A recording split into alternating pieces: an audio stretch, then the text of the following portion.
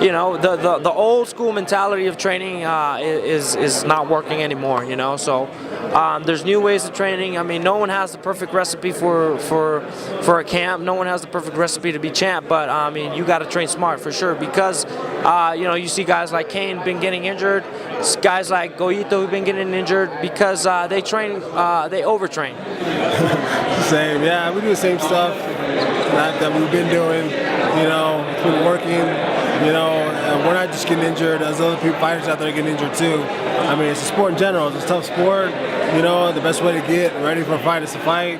So, you know, you fight a couple times a week. Yeah, it can hurt you. I mean, it can hurt you. So. Working with George St. Pierre, you know, he kind of showed me a better way of training. You know, it depends where you're at in the sport. You know, I'm an older guy in the sport. I know I can summon the beast. I don't need to bang and brawl all the time. The better you learn not to get hit, the more you can spar. When you're young, you just bang it out a lot, and you just get that experience with as much people as you can get.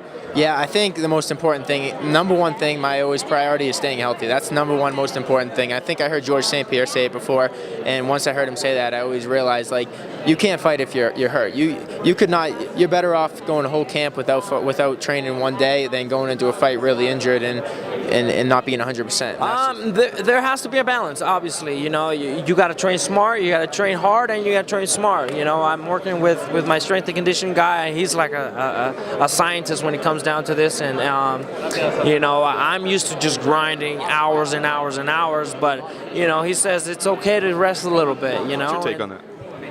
There's got to be a balance. You can't go into a fight simulating fighting during training. You have to fight. It has to be as real as a feel as the fight in order to not give yourself that false sense of confidence. If you're in there simulating a fight, doing half motions, doing things half-heartedly, it will absolutely carry over into the actual fight. So, like they say, a bullet never shoots from a gun. Sometimes to kill and sometimes not to kill. You gotta shoot that way all the time. Injuries happen. We just have to do our best to have the right guys around us to be looking after us, to look out for us. But you have to fight in order to get ready for a fight. I believe that. Myself, I have a lot of good experience. I had some good sparring partners. You know, I did a lot more boxing, a lot more padded. You know, you listen to your body. There's days where you can go light and drill more. Excuse me. Work on more techniques. So I think I am evolving as a fighter and trying to learn more. You know, spending some of my sessions, instead of working hard, like a learning session. You know, a lot more technique, a lot more drilling, and a lot more of that kind of stuff. So depends where you're at in your career, but for this point in my career, you got to go hard on days, no matter what, because that's the only way you prep for a fight.